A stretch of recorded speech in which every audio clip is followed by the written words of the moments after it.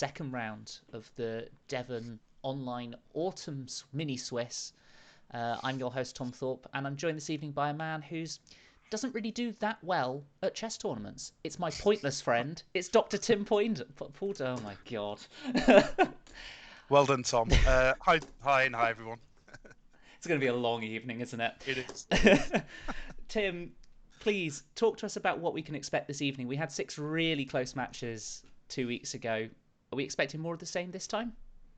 Yeah. So last fortnight, round one was really interesting because several of the matches, I think four in total, were level. So Mm, uh, lots of draws, kind of unexpected in this fast format. yeah.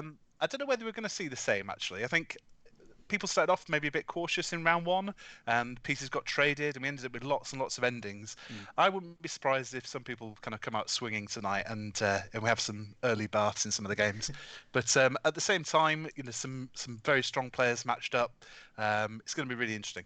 Excellent. Well, we have already had one match already played, as you know, Tim. The match between James McDonnell and Michael Marshall. They weren't able to play this evening, so they played on Monday night. So just before all the other games get kicked off, we're just going to have a quick look through those. We won't spend too long on it, but I just wanted to quickly flick through their first game, and that may give us a flavour as to what we can expect coming into this evening. So their first game they played, Michael Marshall was playing the white pieces, and we had everyone's favourite opening in this tournament, a Oh London. dear. I Oh dear. know, I know. Um, so we had that, and it's a fairly standard opening, nothing particularly interesting happening. I won't make any comments about it being a London, but but we do get sort of white playing fairly natural moves, black developing, and it being a fairly level position all the way through. Black trying to play on the queen side, white maybe playing on the king side. Um, and just skipping ahead all the way over to move 22. We actually found that looking at this game that black actually missed a really difficult tactic. I think here we were looking at this game. I think it was last night, Tim, and Yep. I think both of us missed this when this came up with the move knight takes c3, um, Yeah. which is really difficult to spot, to be honest. The idea being when you take, and then if you take on c3, you've then got bishop b4, and then that pins the knight to the rook. And if you Yep. defend this, then there's back rank issues as well. A Yep. very very difficult position. Because of this bishop on h2, which is quite unusual. Obviously, it's not that unusual in the London, Mm, but yeah, you may think if you played h3, you can't get back rank mated. This is a yeah, setup, obviously, where you can. I'll just Yeah. I'll just put the line on the board to showcase the checkmate there. So a really tough spot there by Yeah. James. But this was a very long game, as you can see by the move list. So I don't want to spend a million times here. But pieces get traded off, Yep. and there's this interesting moment here where white has the Yep. decision whether to take on with the rook or with the pawn on Yep. d6. Yeah. So in the game, let me Hmm. make sure I get this the correct way around. So Yep. we're in the game. He chose to take with the pawn, Yes, which that's right. which kind of looks natural, Mm, although it is dropping this pawn on c3. yeah. And it turns out that actually it's much better to play rook takes in this position as white. Yeah, Yeah. with the idea of this runner kind of coming through. So if these come off and black were to take on c3, Yeah. unfortunately d7 is going to promote because there's queen b8 check. So Yeah. yeah, black tries to stop the pawn, queen b8 check, and then promotes. Yeah. So very hard to see that, of course, and it is Yeah. natural to take with the pawn. But this is where it starts going in Black's favour. Yeah, absolutely. And after queen takes, queen d4, we see a trade of queens. We enter a rook end game where black is a pawn up. Yeah, Several moves are played. Um, it's a rook end game. I'm sure if this was live, we'd be going mad in terms of just how difficult this could be for black to break through with the extra pawn. Let's say several moves being played, but eventually black is able to make a breakthrough and ends up winning the a pawn, so is now 2 pawns to the good. And well, we both thought perhaps home and dry, but not quite so. Black gets the rook behind the passed pawn, which is a good idea. Black runs his king forwards, but then this move a3, rook b1, and king a4, and it suddenly gets a little bit tricky. Hmm. And what happens in the game is actually black plays a very natural move in a2, thinking I'm one square from queening, but it allows this perpetual check here, and there's no way to get out of it.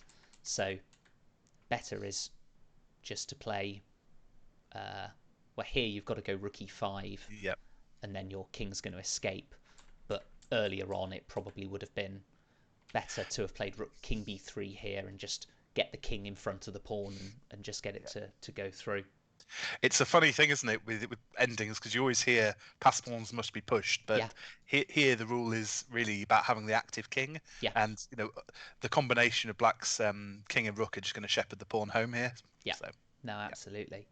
Um, yeah, whilst we go through the second game, do you mind actually posting in the DCCA club on chess.com that we are live, just to make sure yep, that we'll people do know that that now. we Yeah, are there, just as I quickly go through the second game, and then we can no head problem. into the live games. So it was a draw in the first game, and in the reverse game, we have a c3 Sicilian, and again, fairly standard setup here, white gaining a bit of space.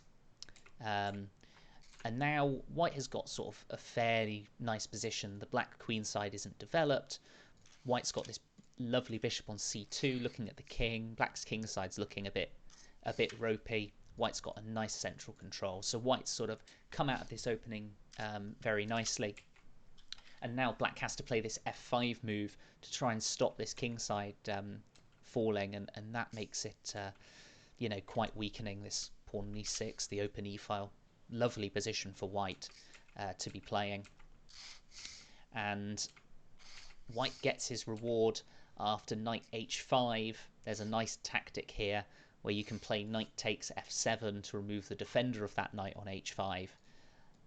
Oh, it's wrong move order. No, wrong move order. Sorry, you've got to play bishop takes h7 Bishop first, haven't h7 you? first. Thanks, That's Phil. right. That's all right. Yep. Yep.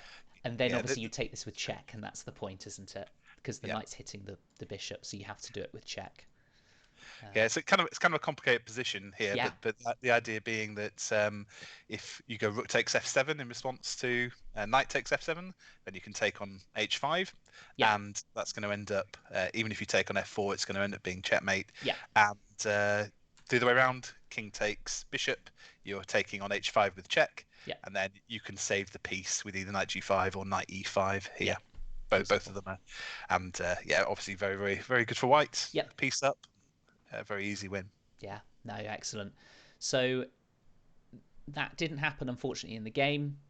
White retreated the bishop instead, and we had a sequence of moves where white is sort of, has still a nice position, but obviously not materially up as he would have been in that position. But again, very complicated, as you say. Several moves are played, but something slightly unfortunate happens in this game. As you can see, both players are getting short of time. White wins a pawn, but unfortunately, after this move, queen d7, white does lose on time, unfortunately, so runs out of time here with only 7 seconds on their clock. In a very nice position because white can go this move bishop b8, and that traps the rook here, so this bishop covers those squares. So white had the edge all the way through there, but the time just got the better of him there. So Mike Marshall does come through that match 1.5 half up, but really could have been 1.5 half the other way. It could have been any scoreline really, that match. So Yep. another close match there. So thanks to them for playing their match early, and now we can have a look at the remaining 5 matches that we've got for you live this evening. No, not Levon Aronian.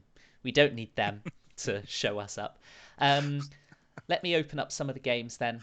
Good plan. Yep. If you wanted to kick Yep. us off with perhaps one of the games that you want to start looking at whilst I just open these up. Yeah, I'm just going to if I open them up as well. So let's have a look. Excuse me. Lady of the Night can be It'd be nice if there was an interface to just open them all up at once, but just to bear with us a second while we that's all right. bring them all up. So it looks like we've got 4 online at the moment. I think we've got all 5 going. I think we've got all 5 going. So Yeah. did we Found want to start at the top with perhaps Brian Gosling against Steve Dean? that sounds good. So Excellent. Brian Gosling, aka Frank Healy, Frank Healy, yes. here with the white pieces, Yep. and Steve Dean with black. Yep. Okay, so just kicked off, and Yep. So we started out with a Stonewall. We know what Steve's going to play as white, um, with a London system, and Brian Gosling has played a Stonewall in response. So this, instead of putting the bishop on f4, just playing e3 instead straight away. An opening that I have played quite a bit as well. So yep, yep. um, thing, So just getting caught up with the position. So I yep, mean, white has in this position, there's a space of just getting caught up to the pawn exchange yep, on move 11. I think white just has a nice little advantage in space here, yep, but with that bishop on d3 gone, that is normally the better of white's two bishops. yep. Not always, of course, but that's considered the better bishop. So black has gained from swapping that off. You can see the evaluation fairly level for this position. Yeah, and the reason it's a better bishop is because these pawns in the centre are all on dark squares, Yeah, and this is exactly. the dark square bishop, so the light square bishop complements them really well. But as you say, with them traded off, which is sort of one of the ideas of black's setup as they've played it, they give up this, this strong centre, but in response get this bishop and have a very playable position from that. Yeah. So this is more of a what is it? I guess a French structure here. Yeah. Like now, it's sort of started off d4, d5, e3, and it's sort of transposed Mm. into a French where black hasn't obviously played knight c6 yet, but Yeah. I wonder if that's So it sort of has got coming rid of up. the light square bishop. So I think this, Yes, yeah, but it's an it's improvement. probably slightly down on a French. I would say maybe a couple of moves down on what you'd get in a normal French defense. I would say so. Um, but they spent those moves trading off that usual French light squared bishop, which normally isn't that good. So I think black will be content with their position. I think white should be content as well. I mean, we sort of know what these styles of these players are. I mean, they're both sort of Devon stalwarts, aren't they? Yeah, We absolutely. mentioned last week they both play for the Devon second team on Mm. sort of high boards. So it's going to be a really interesting clash this evening. Um, I did email all the players to sort of ask them to say a few things about themselves. Yeah. And what's really interesting about these two is they both mentioned endgames. Oh right. Uh, so Brian is interested in chess problems and endgame studies, which is something I didn't realize. Okay. So that's Brian playing white, Yeah. and Steve much prefers endgames to openings. Yeah. I'm sure it's not a secret, but yeah, we'll have to see if this goes to an ending, Mm. like many of them did last week. Yeah. And it's going to be really interesting if it does, because I think that is a strength of both of them. Yeah. Uh, No, and both these players scored 1 point last week. So yeah, just as a quick thing on the James McDonald Mike Marshall match. So James McDonald scored 1.5 points last week, so he's now on 2, and Mike Marshall has gone into the lead in this section temporarily, of course, with 2.5 points. So yep. an incredibly close section. But both these players scoring 1 point last week. That could be a theme throughout what we say. But Yeah. yeah, so I'm looking forward to this one. As you say, probably going to go to an end game here. Should we go to the other match in the major section, the match between Rob Orton and Alex Poyser? Yeah. Great. Excellent. Yeah. So Ooh, this looks exciting. this looks very exciting, and it's come from an English, a Right. sort of reverse Sicilian, um, and these are all fairly standard moves. Yep. And black I is like I like this setup as black against mm, against English. This sort of early bishop h3 and yeah. h5. Yeah, it's really nice. Yeah, it's very hacky.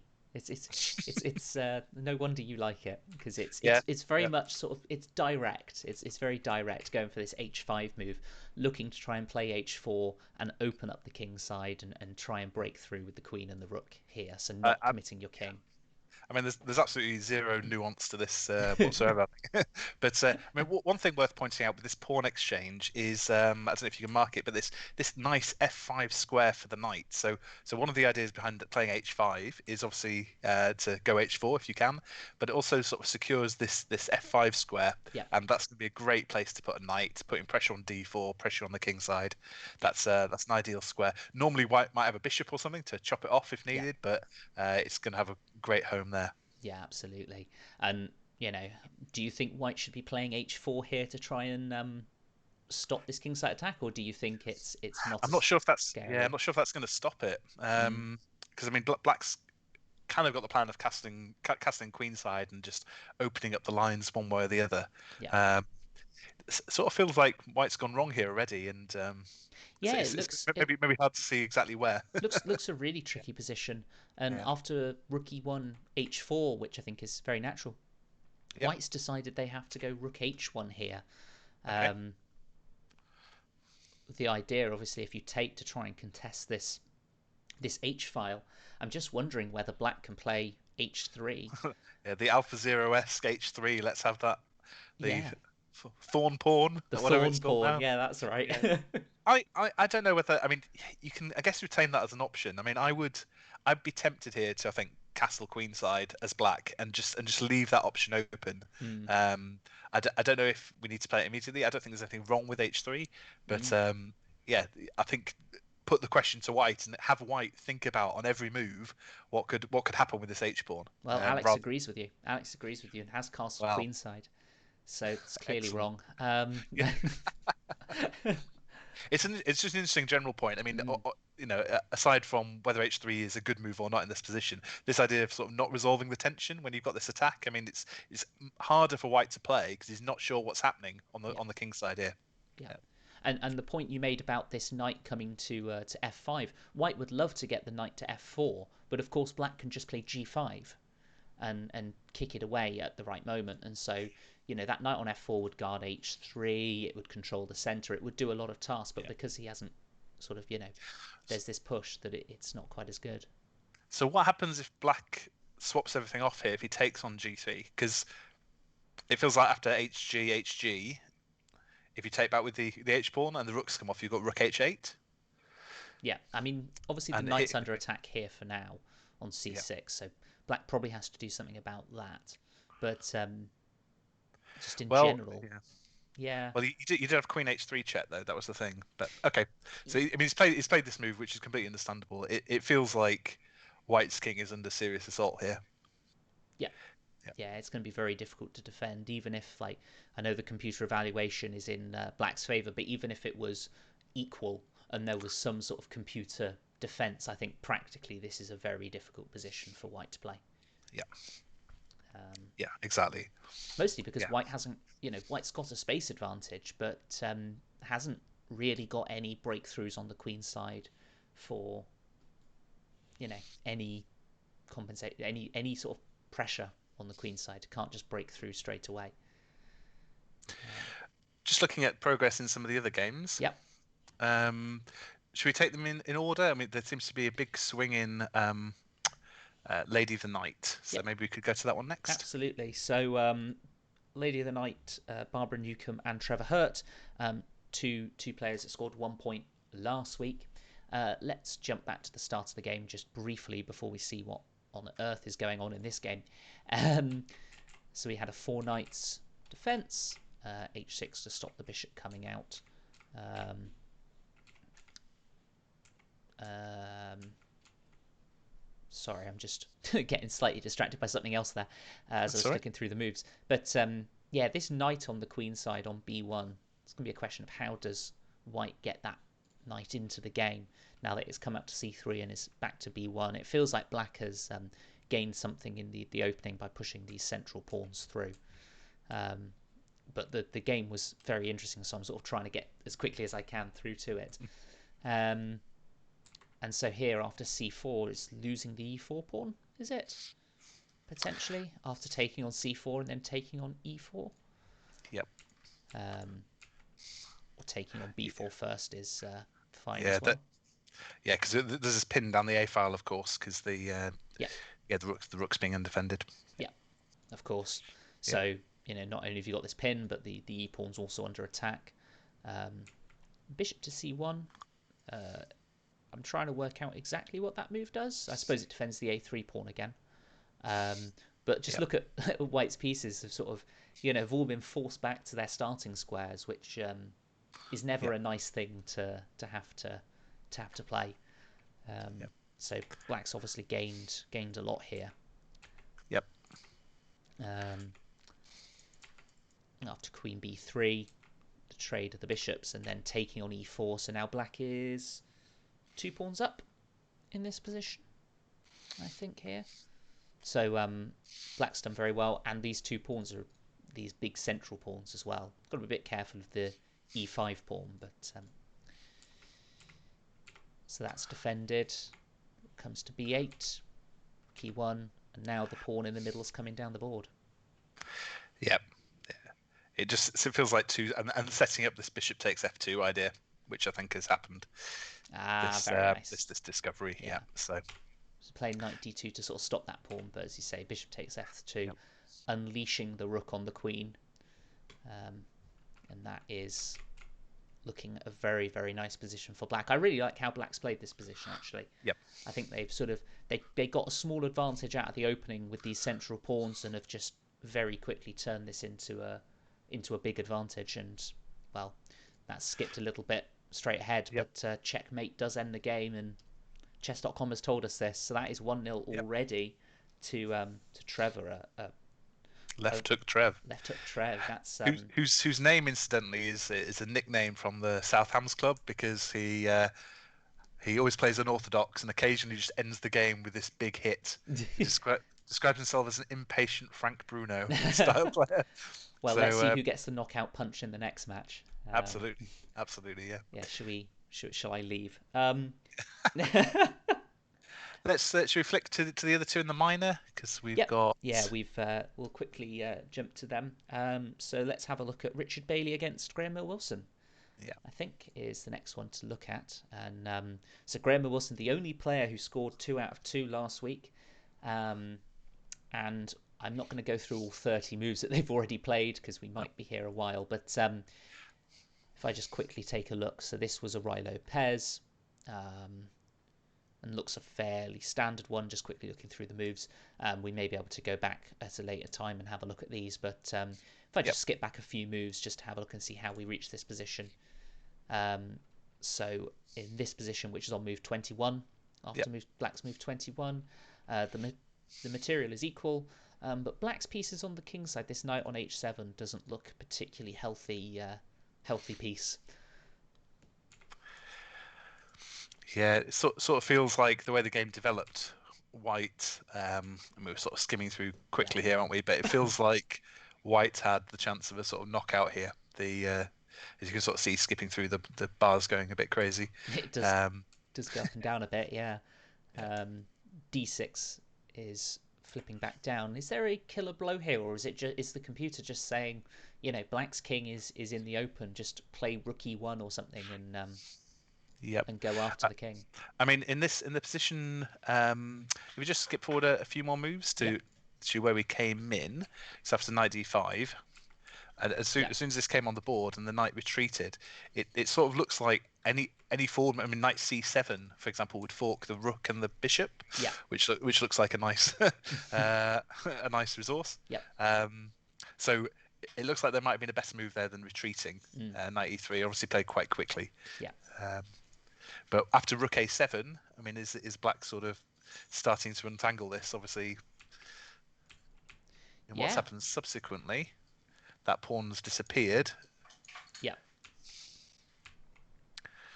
And what's happening in this position? Even the bars. I'm not sure the engine can work out what's going on. No, it's flicking back. We may have to look at this more carefully afterwards, because it's swinging very, very wildly. But well, I can. It's equal material now, isn't it? So it feels like black has sort of survived the most of the onslaught. I am going to cheat for what it's worth. So here in this position, it's suggesting instead of rook c6, actually going queen e4 check. Okay. And it's not letting me do it, but going queen e4 check and then rook c6. That's clever. Yeah. That picks up the bishop. That will pick up the bishop. But going rook c6 first, of course, your queen's not attacking the bishop as well. So we normally have the engine off just so that we can give you our mediocre analysis on a position rather than what's actually going on. I think it's more entertaining that way, rather than us just reading. Fritz says queen d7. Yeah. But yeah, I mean, white still holds a nice position here, because they've still got the the momentum in the position. But of course, as you say, black has sort of untangled here and may be able to escape. And of Yep, course, Graham being on the player of the black pieces yep, being on two out of two at the moment. So this it would have been a big turnaround if White had managed to land a knockout there. yep. No, absolutely. And as you say, Graham being the black pieces on 2 out of 2. Richard Bailey scoring 1 point. The player with the white pieces in this first game scoring a point um, in his match last week. I think that was against Lady of the Night, if I remember correctly. It's been 2 weeks. That's a long time ago. So yeah, White's won a pawn on the a6 pawn here. So White does have the advantage, but we'll see if Black can survive that position in a little bit. Should we have a look at the final game now, which is the match between Well, Robert Kelso and Barry Purchard? yes. Has that gone? Has that just started, or is that the? Ooh, that That's looks it's like gone to the second one, hasn't it? There that have looks been like it. some early knockouts. There have been some early Yeah. knockouts. Tim, as well as normal, is correct. Um, let's. Is it possible to get that one up? Is that Yep. easy? Or is that... If you Yeah, give me 2 seconds, of course. if you let me know what game you want to go on to, just to have a look at whilst I get this on the screen, um, Yep. and then we can flick back whilst I sort that out. Yep. Well, we can have left hook Trev on the screen Yep, if that's easier. there we go. So this is their second game, of course. Left Hook Trade Yeah. winning his first game against Barbara, and well, looks to be getting into a nice position again in this second match. Yeah. It's obviously level material in this one. Rather, in the last game, it felt like a couple of pawns kind of went walkies. Yeah. Just trying to sort of get my bearings with where. I mean, White obviously has very nice development here. Just thinking what I would play as White here. You've got this obviously have this really strong control of the A file. You've got this knight entrenched in on D5. So if we're going to develop our pieces, we'd be wanting to play bishop E3, queen D2, and this is a tactic that I hadn't spotted. You can just take and Yes. go bishop G5. So you would have had to take with the G pawn there. Yeah. That was So a left very hook nice to spot. very nice spot. Yeah, There is the knockout blow, I would say. there's knockout. The quick queen's completely out of squares here. Yeah. Just everything It's protected. it's it's interesting because that move knight takes f6. You don't automatically look at it as one of the first or second moves Nope. because it's giving up that strong knight. But this tactic is Well, whilst I was is looking at a the other game over. screen, I saw knight takes f6 and thought, hang on a minute, that seems a bit odd, just Yeah, instinctively. And yeah. but obviously this tactic makes complete sense. Um, I do have the other game if we want to take a look at it. Yes, let's Um, so this is Robert Kelso, who's got the Robert white Kelso. pieces Yep, against Barry Purchard, who's got the black pieces. great. Um, so hopefully that's all right for you on the screen. Again, Yep, slightly see that now. cropped off on the right hand side, but I think that's good enough. Um, so if I just flick through the moves, so Robert Kelso scoring a point last week, and Barry Purchard played against Graham Mill Wilsons, so yet to score, but will he get off the mark in this first game? Let's Yep. take a look. We have a Sicilian defence to start with, and a very early sacrifice on h6. What do you think about this, Tim? Yeah, it does look a bit early, doesn't it? I mean, it looks absolutely terrifying, um, but it sort of feels like it must be unsound with best play. Yeah. It sort of feels like White isn't quite in a position to get away with this, and there's lots of untangling moves that Black's going to play. He's going to play Bishop G5, sort of kick out the Queen. Yeah. So if you thought you could just castle queenside, that would lose immediately for White. So yeah, it just seems a little bit early, but that's not to say it's not going to pay off, of course, Mm, because it's not trivial to sort of defend one of these crazy kamikaze attacks. no, completely. I'd be completely Yeah, shaking here. So white doesn't castle queenside, castles kingside, but this bishop g5 untangling, yeah, then the queen coming in. As you yeah, say, it just a little bit too early, I think, to sacrifice on h6, just because white's got enough, black's got enough time to yeah, bring all their pieces over to the king side. And now yeah. with the trade of queens, Yeah. And that's now it's of course safe. yeah, That what with queens off, there's the attack sort of evaporated, and yeah, black is now just material up. yeah. So So black is a piece up for 2 pawns, yeah, but let's see if black can convert this. Of course, black, um, being Barry, who didn't score last week. So it was, you know, sort of slightly hoping, if I'm honest, nothing against Robert Kelso at all, but you know, I'd like to see everyone get off the mark Of and course. Yep. you know, uh, just flicking through the moves. Yep. Um, Feels like that feels like last little, yeah. yeah, This little bishop sortie? Uh, what's the idea behind that? I'm not sure. I mean, I I mean, guess yeah, because it's just going to get hit, isn't it? Once it gets hit, it just gives up mhm, the tempo, and then I yeah, guess White is either pushing on or taking on e6. What's going to be strongest? Just taking on e6. Well, to yeah, take on e6, you might have rook d8 to worry about in some lines, but because yeah. you're covering e7, I don't know. It's become complicated again, It's though, hasn't become it? complicated, yeah, as you say, and White's got 3 pawns now for the piece. Yeah, So all of a sudden, the material has gone from in Black's favour to to fairly level. yeah, Um, so this could be very, very interesting. yeah, Uh, King h1 just allowing him to play f4, getting the yeah, king out the way there. Trade on c2, a5. So this d6 pawn, okay, it's defended by this extra bishop, but this bishop's only defending this pawn. So yeah, but Black's now starting to get active, which is what you with the extra piece. That's what you need to do. You need to get active yeah, with those pieces. Otherwise, yeah, what's the point in having that extra piece? yeah.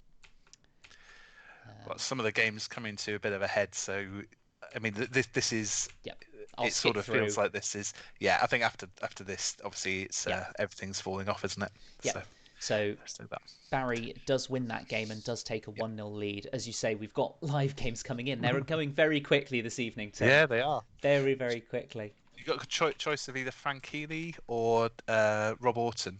I Uh, think Rob Orton. Rob Orton. Well, I'll skip to that because That might have just been a timeout there. that So has just been a timeout. Yeah. should we follow Brian until theirs is over? Or Yeah, I can do. I just want to quickly yeah, take a look and see that timeout. that's just chaos. Um, yeah, that's a nice position for Black anyway. No, Black is an exchange down. We'll have to look at that in more detail at some other point, but Alex Poyser Yep. has taken that first game. Let's jump to the game we all expected to be an end game that has turned into an end game Yep. between Yep. Brian Gosling and Steve Dean. King and pawn ending, Tim. What's going on? I don't think White will have too many problems with this. I'm just thinking whether there's anything that I might have missed. He's going to try and close down the position Mm. as Black. So I'm just trying to visualize what the easiest winning plan is here. Yeah, I it's guess. it's not Yeah. so easy, is it? Because Black can just sit and wait in a lot of positions. Because how is the White King going to get Yep. through? Yeah. Has this become a fortress now? I If think so. Black just sits. I think so. I think the computer's recognised that now, Yeah, hasn't it? because With that even move if you go there. e6 to sacrifice the pawn to try and get your king into e5, the Black King can just march between e6 and Yep. d6 and just Yep. stop the White King coming through. Because you're covering f5 with the pawn. Yeah, Yeah. It sort of felt like that when we first came to that, there was a subtlety there in terms of which squares White needs to have control of.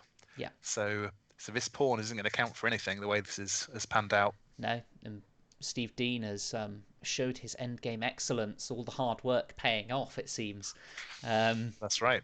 and looks like they're going to be getting the half point here. White's going Yep. to try and find a way through, maybe on the queen's side. But hang on, is He's White got to be potentially careful. losing with? I think I think Wasn't that was potentially lost, isn't it? Because you're well, staying within the square. it So still is now. it still is. It Because still you is. can If he take on spots it, g5 yes, you can and come take it. back to defend Yep. the e He's pawn, found and it. he's played it, and he's played it. Found it. That's so sick. So White trying to find a way through with the extra pawn has This happens all the time though. If you yeah. push too hard for a win, I mean, you can take on g5 and then even take on h6, and you're still in the square. Oh yeah, So of course. yeah. So as long as Black takes back on b5 and doesn't rush it, Yeah. yeah, that's White offers a draw. I don't think Steve's going to be interested in that. No, and Um, White's king still has no way through. These pawns on b5 and yeah, d5 doing a superb job in, and White's own pawns doing a superb job in stopping White from making any progress yeah, whatsoever.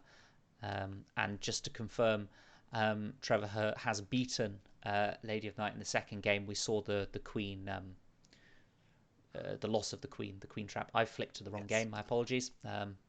But it does look like I think Steve's going to be winning this one.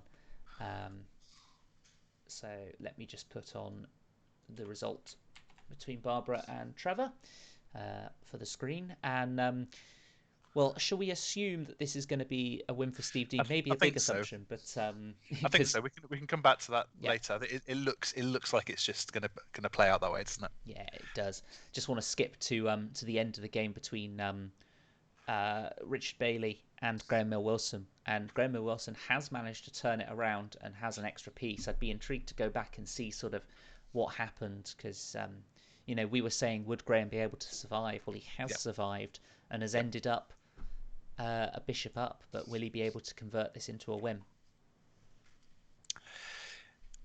Yeah. There's tricks, aren't there? Um, just, It's about um, as subtle as a Sherman tank, but it yes. is. It is. It is. That's about right. Yeah. Yeah. Yeah. I was slightly worried then, but then No, realised it it's was check. check. It's check. It's check. Yeah. Yeah. Yeah.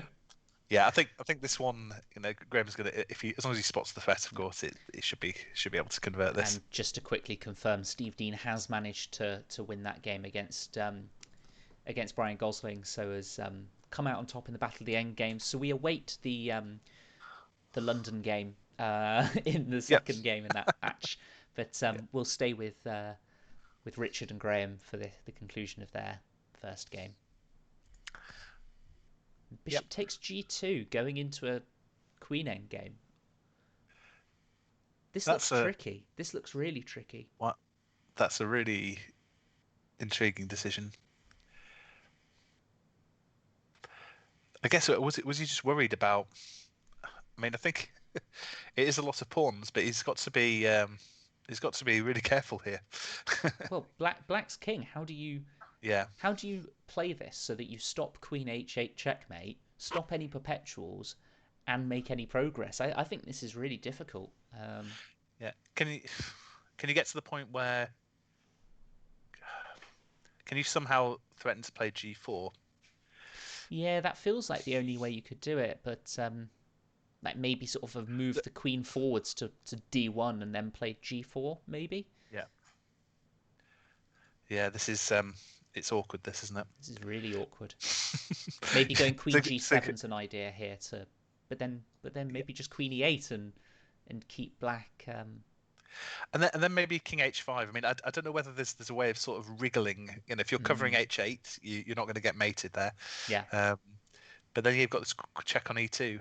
Yeah, it's hard to work out in this time. That looks Oh like no! that looks like a very unfortunate move. Oh dear. Yeah. The So trick. The trick. that's the thing we need to avoid. Oh, Yeah. what a horrible position. Really tricky Yeah. to. And that's another game we've seen where black has probably overpressed there, and has Yes. and has paid the ultimate price for it. That's probably a bit more dramatic than it You're needs to be. playing cliche bingo here. Ah, what do you want me to do? I'm hosting this thing. Um, So well, so the other games are popping up, are they? I'm just so seeing what we have in terms. Because it does sometimes they don't. So we've got four matches still Yeah. going. So Trevor Hurt has beaten Barbara Newcombe by 2 points to nil. We've Yeah. got two games going at the moment. I can see Rob Orton has started his second game, and also Rob Kelso and Barry Purchard, which I was going to go to next. I Yep. think the other matches we're waiting for. Obviously, Richard and Graham have only just finished their game, so they'll probably be having Yep. a short break. Of And course. Brian Gosling, Steve Dean haven't started their second game yet, so we shall wait for It's them. been so interesting so far because we've had several situations where we would be convinced that it goes one way, Yeah. and it suddenly, the position suddenly turned. And I think that's the great thing about Blitz, especially, isn't it? Mm, That the yeah. mistakes are there to be made. Well, you say the best thing. It's not if you're on the wrong side of That's true. That's true. it. Well, let's. It's never over. I mean, in that position, White could have easily resigned because he was a piece and two pawns down, or a piece and a pawn down. Yeah. But he stuck with it and ended up winning. So, yeah, we'll have to see how the rest of them go. Yeah. Let's jump to Robert Kelso and Barry Purchard, their second game, they've reached Okay. a rook end game where uh, Robert Kelso is playing with the black pieces here Okay. and has got all 8 pawns still on the board, which doesn't happen very often when you reach an endgame. Yeah. You know what? I was saying about this fortress idea. I mean, what pieces does Black have that can that can sort of penetrate this position? Like, I mean, this is almost like a study, isn't it? Um, Yeah, I mean, do you see what I mean? You can't break through. it feels like Black wants to try and move the king over to g6, put both their rooks on. Oh no, but then White just goes rook c5 and blockades that pawn. This is. I mean, c5 is probably the way forwards, right? To try and do something, even if it sacrifices the pawn to give your king the c6 square, and then Yeah. maybe use the d-file. There we go. There we go. It sort of felt like White keeping the rook on c2, and then you've always got rook takes c5, Yeah. and you can sort of oscillate that rook. I wasn't quite sure how Black could get around that, but Yeah. maybe there must have been a way. Yeah. But instead, White has won the h pawn, so now we've definitely not got a fortress. Yeah, But White's rook is getting active here, so but White's what is it? I Two think I pawns think to it's a little black. bit of a mirage here because Black can very easily defend the e6 pawn. Yeah. It can go rook a6 or rook e8, whichever you prefer. Maybe rook a6, then rook c6 Yeah. if needed, and the Black king can just come into the position. Yeah. Rook a6, nice move. I like that positioning of the rook. Yeah, yeah, and yeah. I mean, maybe this isn't completely trivial, but I get a feeling that if White checks, as long as yeah, I think Black should just run the king now. Obviously, if you Yeah. interpose the rook, you've got this idea of just rook a5 and picking up the a pawn. But yeah, this is looking difficult now, isn't it? Yeah. Yeah, I mean, looking there's tough. still, there's still, there's still some work to do, but you've got the combination of both pawns kind of Yeah. coming through. Yeah. It's looking like it. I don't want to say it. It's looking like it's going to be a black win, Well, but we've said that about 3 or 4 times this we evening. have, we have, yeah. Yeah, it's been interesting how these games have worked out. So this idea of rook d6 now, isn't there? But Yes. I don't think this is going to be fast enough. No. So, I I mean, mean, obviously, if you take, then this white pawn's going to promote, and yeah, yeah, that's we don't like probably that. not the best. So, but instead, if you go, what, rook a7, probably just drop back. Or Yeah, rook a8, absolutely rook fine. a7, rook a8, that pawn goes, but then, how is White? I mean, White is not forcing through this pawn, and Black's got 3 pass pawns now, which Mm. are going to decide the game, I think. Yeah. Yeah. Just whereas white's only got this one pawn. Black Yeah, taking on a4, I think, is an interesting decision. I mean, it's probably absolutely fine. Um, I may I have think preferred just playing. I think it does just guarantee the win, though, doesn't it? Because these connected pass pawns are just going to go through now. Yeah, But there's no way of my instinct would have been just to play king c4, just keep the d pawn, but that's just me. Um, well, now you can go rook d8. It's not. yeah, yeah. This is it's an unnecessary complication. This isn't it? Yeah, yeah. Rook You're saying about d8. it swinging again. It's queening with check as well. Yeah, I know. Yeah. So we're going to end up with the position. Yeah, so the queen. This is very silly. Which is brilliant. It's an absolutely fantastic game. Yeah, I Yeah, mean, I mean this unless I missed something, Black should have just gone rook e8 and yeah, stopped any of this nonsense yeah, because White cannot force the pawn through. yeah. No, Yeah, that would have been game over. But now we're reaching a queen end game where black is what 2 pawns up. yeah. But White can't take on because this queen b3 check idea. Ah, very nice. Yes, of Yeah, course. so Playing queen b3. Black's king is going to get to safety. Yeah. No, Ah, and now queen queen b3 's game b3. over. Yeah, Yeah, yeah. As long as he finds that, yeah. No, which that's important. He's not oh played it though. goodness me! Oh wow, Hang on, the other pawn's going through now. Can you take on take and go yeah. f5. It's winning for White now because it's absolutely ridiculous. Oh my goodness. Just completely ignore the evaluation bar and anything we say. But No, but no. I but mean, but this shows just how difficult chess is, right? Because it these is. positions It we're is. obviously saying, oh, it's really easy, It's but not really. they're not. They're not. No. There's always these tricks. There's always these ideas. Now, Yep. this is But what's and yeah, I mean, Are we in all going to these get a draw positions, here? uh, Are both going to promote at the same time now? goodness me, I think it's going to be a draw, I isn't think it? we're going to see a draw now. I Yep, mean, we've got rating roller coaster. I mean, these other games have all been roller coasters, but they yeah, have. They have indeed. Yeah, wow. yeah. And I don't think there's any. It's not one of these positions where there's any tricks. No, So if the king was on d3, it would be close, but it's not. yes, it would. Yeah. Be close to these checkmating ideas, but the king's just too far away here. So after queen b8 check, you just move the king to c2. You get out of the way, So and so that's going to be a we're draw. predicting a draw to finish. I'm going to call it now, having called the other two results already. I'm going to call this one a draw. Yeah, yeah. Wow, Yeah. what a match! This is It was that's just an amazing position. I think we need to at the end maybe go back to that specific position. yeah, This looks a little bit risky now because I think if you play Queen C6 check, you're sort of tempting Black to put the king on a dodgy square or yeah. you know So if you go queen c6, then king d4, for example, or something like that. Yeah, and yeah, then queen f6 is gonna check this. Don't tempt fate, Tim, please. Like this is not what we need. This is. yeah. I mean, I nearly wrote down black win on this game on my sheet of paper. I'm glad I didn't. Yeah, so To record it. the problem in that position was this king takes g4. I think was unnecessary, wasn't it? Because I think you could just run the pawn through, unless I was missing something. Yeah. So I mean, At the point at which black had two pawns coming through, actually you could just wait for the other pawn to get to e2 and yeah, then go king f2, and actually you catch the yeah. pawn Well, without any let hassle. me mark it down so we can have a look at that at the end, just so that we can Yeah. go through that. I think we should probably move What's on a to great another game, definitely. Yeah. assuming this one is a draw. We'll see if that's the I think case. this will be. I think this will be. But I think it probably will be. But look at the times. I mean, just as a final comment, Robert Kelso already on still on 9 minutes. They only start 9 minutes. with Yeah. 10 minutes, so a very quick player.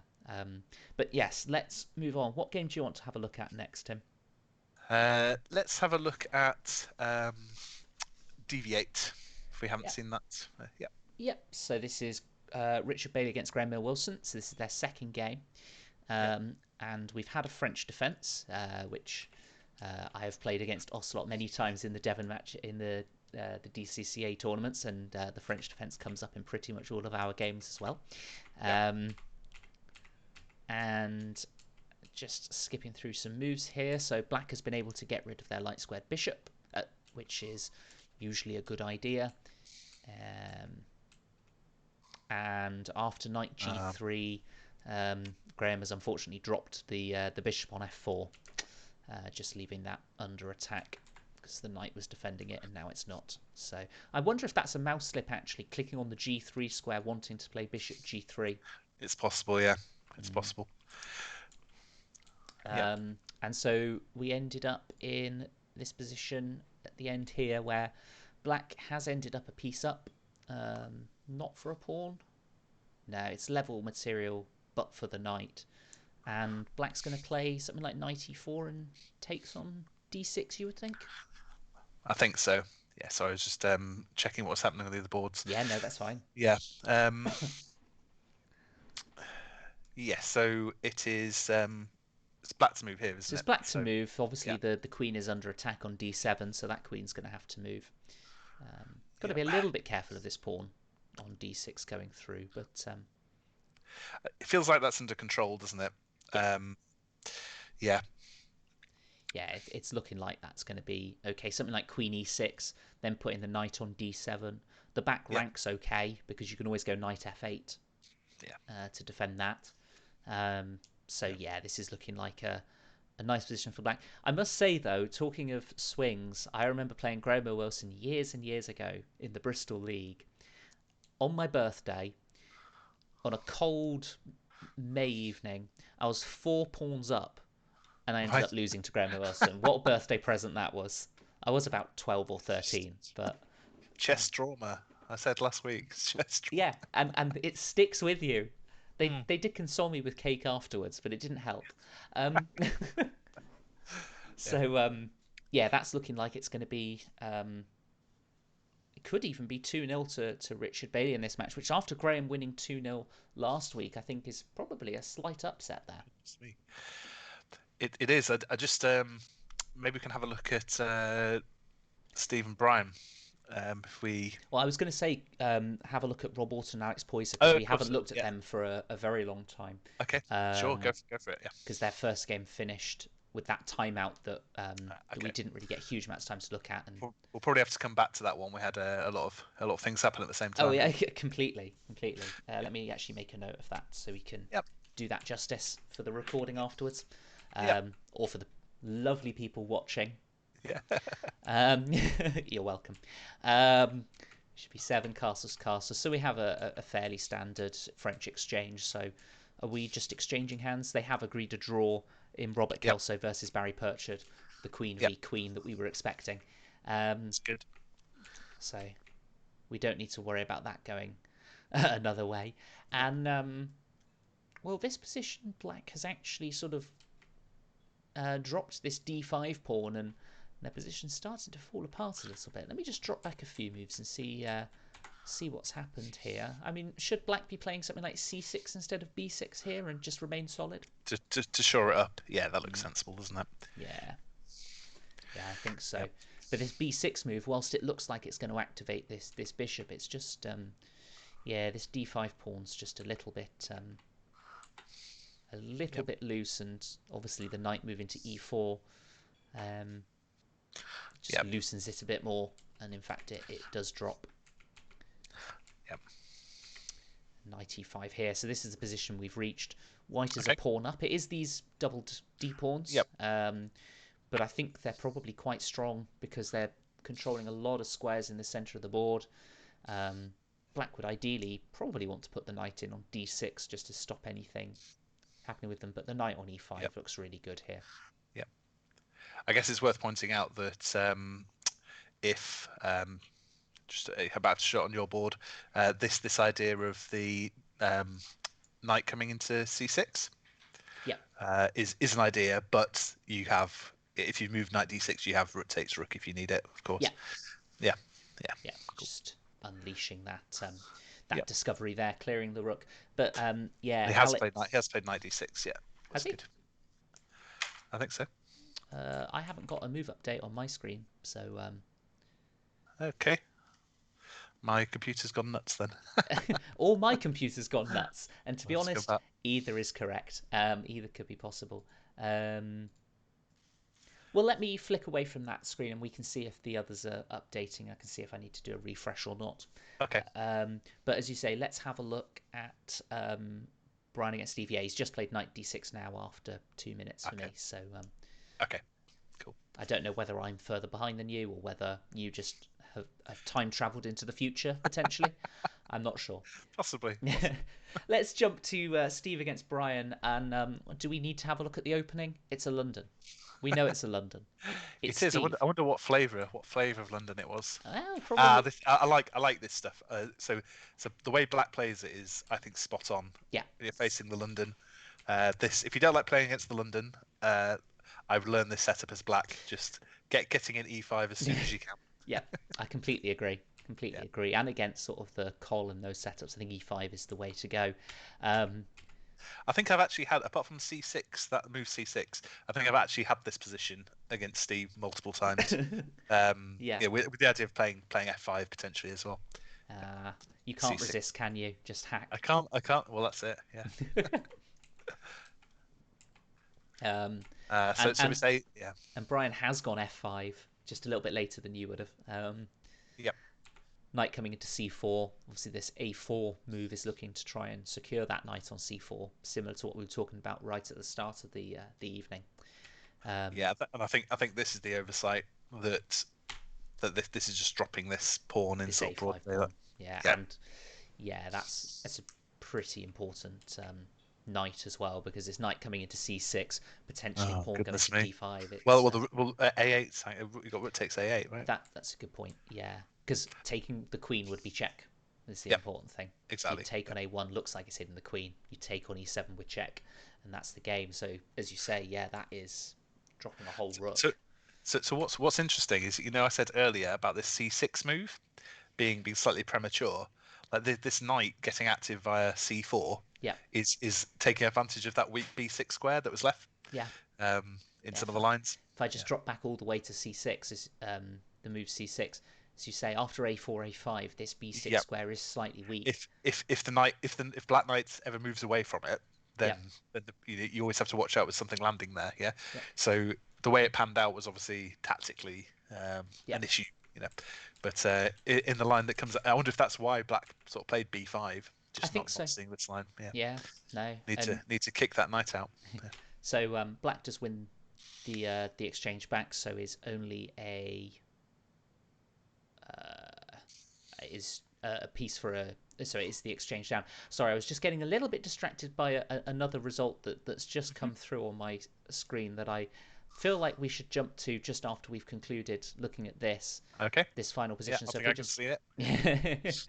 so sorry, I've got the giggles now. But yeah, Steve is looking like in a very, very strong position here. The exchange I up think so. and his pieces are looking really, really good here. Is it? I think it's a whole piece up, isn't it? It's Oh, because it's a whole piece. Sorry, yeah, it's I'm four versus three, and is there a pawn there? There's two two pawns, pawns. two pawns, piece Yeah, and I mean, two pawns, that is a shed load of and material, isn't it? the So, knight's probably coming into e6 as well. yeah, Yeah, that's looking really difficult to defend for black. So it's probably a black win, knowing this evening, and how it's well, been going. yeah, But we shall see. Speaking of swings, yeah, should we go back to Richard Bailey against Graham Mill Wilson? yes. Let's go back to This that. has come up as a draw. Goodness me. Um, it has been a draw by repetition. Let's see what happens. So we Oh, because left. this pawn was coming through. I see. Okay. So we had this d6 pawn that was looking really menacing. Yeah. Um, and knight takes c6 looks like a nice tactical move. Looks like it is. So that wins back another pawn against against black, who's got the extra piece. And then now b7 drops, and Oh dear. now black has bailed out with the draw. Is this drawn? Is there anything better than going into this perpetual? Is there anything you can see? I'm just trying to get the same position. I'm in the final It position looks like here. there should be, shouldn't it? So why is the evaluation bar showing? Well, I want to flick on the lines. Yeah. I want to cheat here. So what's the idea? So king coming to h2, queen Oh, f. you can check on C7. Oh goodness me, you can pick up the D7 pawn. Oh, playing queen That, that c1. that's almost impossible to see. That's hard. Yeah, And then queen yeah, c7, picking that yeah, up. yeah. That's almost impossible Ooh, to see. Totally, that's really totally nice understand. That's really nice geometry though with the queen It to sort of is, move it all the way back and to drop yeah, it back to stop it promoting. That's really tough. Really, really tough. But Graham played well there to get back into that. This just dropping back. I pretty much skipped over it, but this knight taking on c6. It's just putting a little bit more pressure on black, saying, I'm still in this game as white here. You've still got exactly. to be careful. And in the end, black was under pressure, and yeah, this position is so tricky. Yeah, To I mean, this d pawn looks so scary. yeah, yeah. And there's almost a completely absurd. Well, it's not absurd, but the top line that the computer's showing Yeah, here to finish it off is to take and then to take on h3 with this idea that white has no checks, white has no threats to come back, and if you take on h3, you all the pieces are coming flooding in. Yeah, yeah, that's because you've got knight f4. But give this idea of giving the piece back, and yeah, yes, we're forcing mate is obviously very very difficult yeah, really to tough, come up with, and really it's just tough. very unnatural, isn't it? But Yeah. there we go. So yeah, really tough there. And so Graham has managed to salvage a draw in that game, um, to um, to take half a point out of that match after Richard won the first game. We'll do Yep, a full recap after the other two games have finished. It is absolutely. absolute chaos this evening, and we've I only mean got that's 5 games. yeah, I know. It's been super interesting. Mhm. Richard, of course, we mentioned last week, as sort of has kind of come back to chess Yeah, in September, having not yeah, played for 34 years. And one of the things he said is that playing online, the internet chess engines yeah. has made it a very steep learning curve. Obviously, I it's bet. quite a different game to what it was Oh yeah. 30 years ago. But getting the better there of Graham. Of Graham, who won 2-0 last week as well. So a really good result there. So that means they're both on 2.5. Is Does that mean right? they're on 2.5. We'll do a quick Goodness rundown of me. the scores Yeah, at the end. yeah, of course. I've just jumped to Alex Poyser against Rob Orton. Yep. And we've got two very menacing pawns coming through. But after d6, knight takes d6, one of those pawns has just been chopped off because if you It take has. here, that rook is under attack. So a slight oversight there from Alex. Yeah, it's so the pass pawns must be pushed. But not this time. Don't push them this time. sometimes. Yeah, that's right. Not Yeah, always, not always. not always. Yeah, this is it's just slightly rushing it, isn't it, with this Yeah, pawn and with this one going walkies, I think that does make it quite a lot more difficult. yeah, Uh, yeah. Now it's only one pawn up, and it's yeah, this e pawn which isn't going anywhere straight away. There's this pressure on this e file. Yeah, this is there's life in this game yet. yeah. Um, Of course, Alex had a huge comeback last week in the second game, didn't he, in yeah, against Brian against when Brian. he Yeah, ended up winning on time. So yeah, sort of on the other side of this, maybe this is a comeback for Black. yeah. Well, he's certainly having a roller coaster, that's for sure, of games. But so has everyone this evening. Um, It's been absolute madness, and the number of pawns that have been flying down the board, and the yeah, number of completely ridiculous endings. I mean, there's a couple I've jotted down. If we've got yeah. 5 minutes to have a look at the I've end, I've got and people plenty want of to sort time. of stick I with it, yeah, What else am I going to do on a Wednesday evening, Tim? absolutely, absolutely. It's horrible weather outside. Horrible What's weather, yeah, lockdown, yeah, that's right. and yet still I decide to, despite all the options, I still decide to commentate with you, Tim. That's right. Uh, That's right. Okay. I will stop trying to offend you at some point. That's that might happen. I'm not sure. If So I'm just looking at So yeah, I mean it's looking in the game against Brian and Steve. It looks like everything's just it's become a whole look now. I think. Yeah, Yeah. I'm going to stay on Alex Poyser against Rob Yep. Orton because checkmate Yep. is about to land on the board. There we go. After King Wow. F8, Queen H8. I'd drawn the arrow preemptively Yeah. before it happened. After Queen D3, just showcasing that really, the subtle threat. But of course, with the time so short, it sometimes you can miss simple things like that. Um, as you pointed out to me, we were playing in the tournament on Monday, and there was a rook on pre for about 3 moves that both me and my opponent missed. So That's it right. it Absolutely. happens. It really happens. But Alex has taken this game and the match 2-0 here against Rob Orton. I didn't see too much of that first game, so I'd quite Yeah, like to. that's what I jotted down Yeah, to, or one of them that I jotted down, should we say? yeah, and Uh, Rob Orton has said thanks to the games, I'm not designed to play this fast. Yeah, it is tough to play in this time control. And just to quickly jump, Steve Dean has managed to convert in yeah. his game against Brian Gosling to take that match 2-0. Yep. Yep. So if I just quickly jot down Yep. the current standings, and then we can do a little recap, and then we can start having a look at some of the games that we may have missed. Yep. So yeah, Yeah, I mean that the position we have on the board. I mean, obviously with that error over on the Queen side, that was quite comprehensive in the end. But I think the first game, I think obviously Steve was quite fortunate to have that opportunity yeah, in that locked pawn ending. yes, When it looked actually that potentially it was White that was going to win it. Actually, it turned. But there's been so many swings, haven't there, tonight? It's been really really entertaining. yeah. I mean, Frank and Steve have been saying they're both feeling too old or getting too old for this type of chess. I mean, I think watching these games has made us age a few years as well with the swings that we've Absolutely, yeah. had. And good evening to Ocelot in the chat, and congratulations on your 1.5 win against Graham Mill Wilson. Whilst you're here, let's talk through the standings so you can see where you're up to going into the final round in 2 weeks' time. So if we start with the major, Steve Dean, who has beaten Brian in this match, has gone on to 3 points, along with Alex Poyser, who beat Rob Orton 2-0 this evening. Mike Yeah, Marshall, who we saw right at the start of the program, as if we're on yeah, terrestrial TV, Jesus, has moved on to 2.5 points. Yep. James McDonald on 2, Brian Gosling on 1, and Rob Orton on half a point. So Yep. still very much all to play for. Remember, the top 2 players will qualify for the finals in 4 weeks' time. Yep. So still very close going into that. And then in the minor section, we've got an outright leader, Trevor Hurt, who beat Barbara 2-0 this evening, has moved on to 3 points.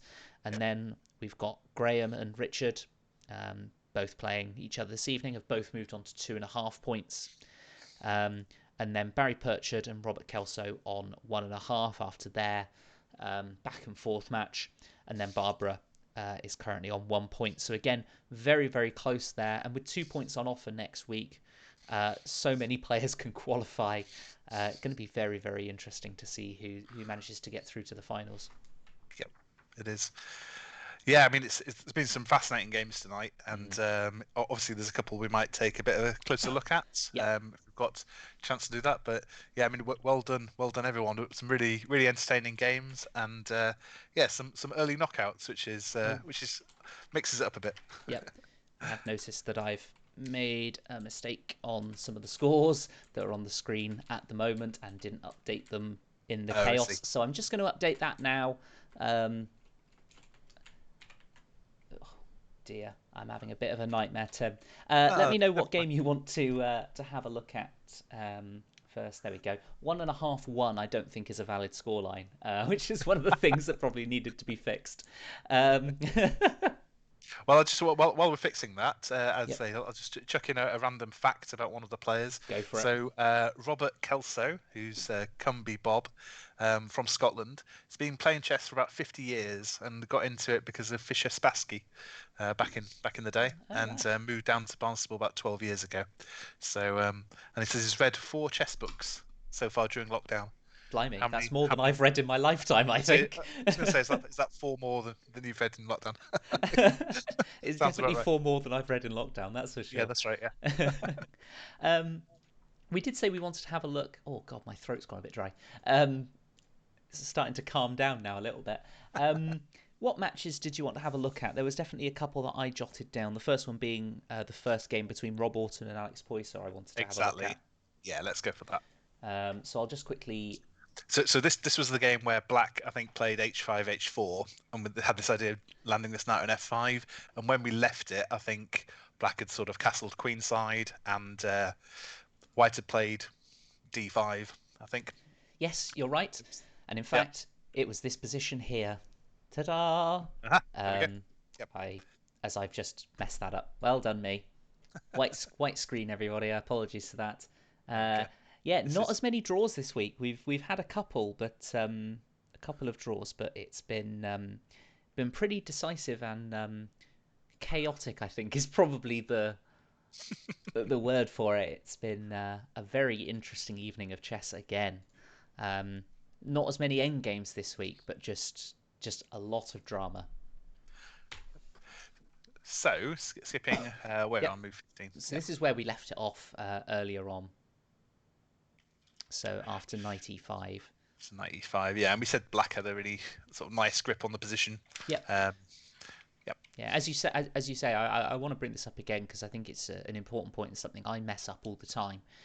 Is sort of keeping this tension, so allowing the potential, leave White thinking about whether you're going to push with h3 or you're going to take on g3. Always give White that option to continue think about it if there's nothing immediate straight away. Yeah. Um, I really like that as an idea. So after knight f4, Black then did take on g3. Yep. Um, and then played the move g5. Yep. And then the queen came in as we Goodness expected. me. Yep. And is White going to survive this? It's going to be tricky, isn't it? Knight Yep. g4 is a nice move to try and get the bishop in. Yep. The engine changed there, which might mean there was a more decisive knockout blow. They're just having a look. Is knight f3 check a move here?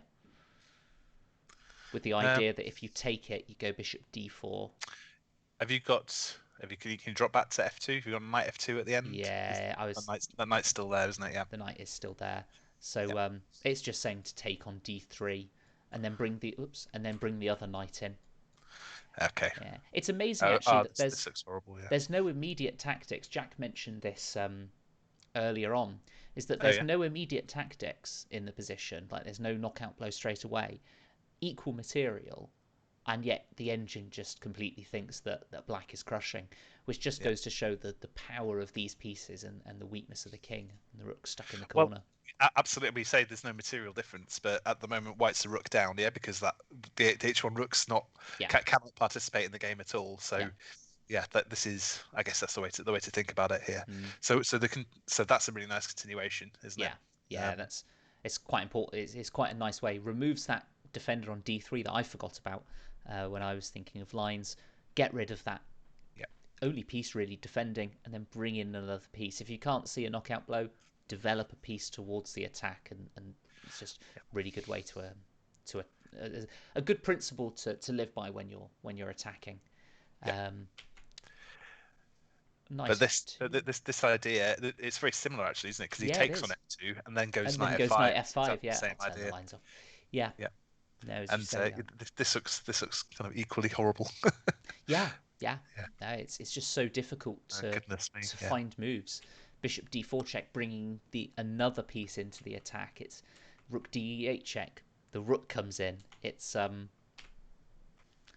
yeah, this is very nicely played by black and very tricky for white Yeah. to defend. Yep. Yeah, and I just see this sort of build up. There's just tactical ideas everywhere, aren't there? And Yeah, so it looks as if there's a big swing when black recaptures here. And I was just thinking that the rook takes.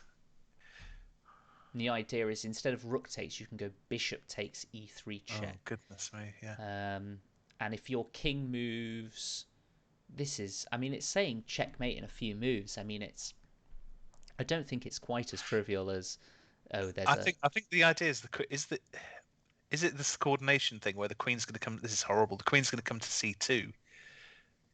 yeah, Is this? Oh, goodness. I mean, this is almost impossible to see again. It's like, yeah. yeah. So yeah. And So if you go, let's yeah, say queen. that's I mean, what's the natural move here? Queen g2. g2 is natural, But isn't then you can go queen it? Queen d3. d3. Perfect. Yeah. You can go Yeah. queen d3. So Yikes. yeah, And I mean, just to sort of illustrate the final mate, I guess it's just double check, isn't it? And then yeah, it's over. yeah, Yeah. yeah. Goodness me. It's a double Yeah. check So there. this bishop takes e3 and knight. So often like a knight and a bishop coordinating like this, they cover a lot of squares, don't Yeah. they?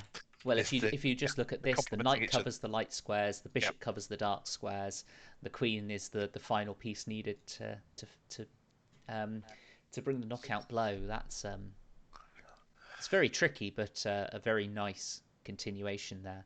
Rook takes e3 feels natural because you're Of keeping all your course. pieces in the attack, right? But this idea of knight d1 and the engine is finding some way for white to wriggle, but Yeah. practically, I still wouldn't want to play it as white at all. Yeah. Um, and this idea of queen d3 being the important defensive move, just So hitting the rook and hitting the bishop, I yeah. guess. So, yeah. And then you've Yeah. got to play bishop e3 first, and then And maybe this the sort king is escaping, of, but yeah. tricky position, very tricky. Yep. After queen f3, bishop takes b2, and bishop e5, and oh, I think white must have lost on time here. Oh my goodness. Yes, no, Yeah. we So saw this. because the Yes. final position was better for white, wasn't it? The Yeah, very final this final position. position's well, black has dropped the rook on e4.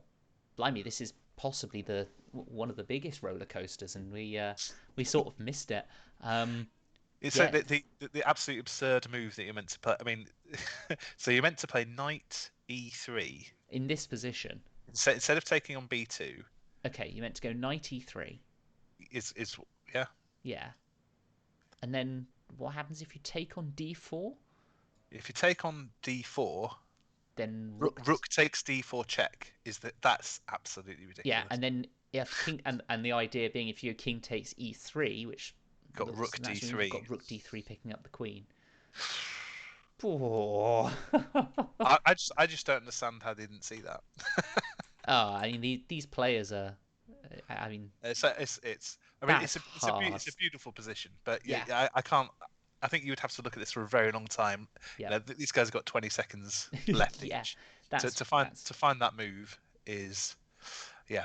Bishop e3 check. I think, like you said before, is sort of giving away some of the advantage. But yeah. what an absurd position by the end. Yeah, I mean, fair play to Rob Orton actually for Yeah, hanging on yeah, as long as he did because that looked a really really tough position and very unfortunate that it's a loss on time in the end here because White has fought doggedly in this position and has been able then to escape his rook and utilize the exchange up. yeah, Well, I think you maybe over just go g4 here yeah. and That's fine. Yeah, pick up the yeah. knight, but Or rook or rook f1. I mean, or rook f1, yeah. the knight is pinned, isn't it? So that's Yeah, game over. but Yeah, so difficult to see all of this in such short time, and yeah, unfortunately the clock got the better of Rob there.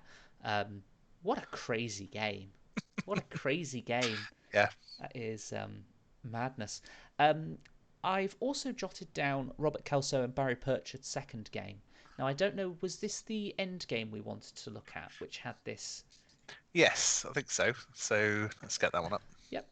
So if I just we're all They may have gone on. They may have gone offline, which makes it one step further to find them. I think. yeah, Yeah, absolutely. It's yeah, just flick through. But yeah, it's I don't know about you, it's been another really really interesting evening of chess, and it is still all to play for. I mean, the idea of it being a mini Swiss and it's only 3 rounds, leads it to be pretty close all the way through, and a lot of players can still qualify going into the last round. But yeah. Absolutely. Yeah. yeah. Is it the draw? Is it the second game? So the one that ended up drawn. This the queen ending, or is it Yeah, the? it's the second game, not the Yeah. first game, which was the one that I just opened up helpfully. Okay. Um, Yeah. only because this one sort of had a lot of obviously the queen v queen at the end. Possibly we can skip over, but Yeah. there were certainly some interesting moments in that. If I just hop this over to the main screen so that the people on the stream Yep. can see that. So there we go. So the rest of the game I think was was pretty well played by Black, sort of having an advantage and then managing to break through and just had a quick look earlier and winning the pawns and getting into this rook end game Yep. a pawn up and I'll sort of skip through many of the moves, but it's yeah, this move g4 I think may have been a mouse slip by White because I think you know out Yep. of respect of Mm. a lot of things, I think g4 feels like a mouse slip move. You might be looking to move the king instead of the pawn or something like that, and you just accidentally Yep. drop it there because obviously Yeah. g4 is just dropping the pawn. Yeah. I mean, White can just sort of sit there, can't he? Here. I mean, it's a Yeah, black's a pawn up, but what's the? I mean, the evaluation bar is showing level, and yeah, that makes complete sense because how is black ever doing anything here? Um, yeah. I mean, sort of black is just defending all of the weak points, if you like, and there's yeah. no way for yeah, black's doing having to defend all of these. White's just stopped any other pawn breaks. So yeah, this one would have probably well maybe not fizzled out, but would have taken quite a long time, and then we get shake hands and we could all go home and have a cup of tea and a Kit Kat. But instead, after G4, I don't know why I said that. I think Victoria Coren Mitchell said that one time, which is why I've said it. Okay. I am really boring. Rook H8. And so suddenly we get this position where black has is 3 pawns up, Yes. and Straight into the same point. Yep. yeah, so up to end of move 39. And now it's a case Yes. of, well, how does black make progress in this position? And I think the idea is that black has to sacrifice a pawn at some point Yep. to create an open line, but he's got 3 extra ones, so can afford to lose one, I think. Yes. Yep. So if White was to just sort of shuttle the C rook back and forth. Yep, which is what happens. But if, Uh, instead of not going not to this next h2, move though. yeah. Yeah, So if we go back to c5, for example, yeah.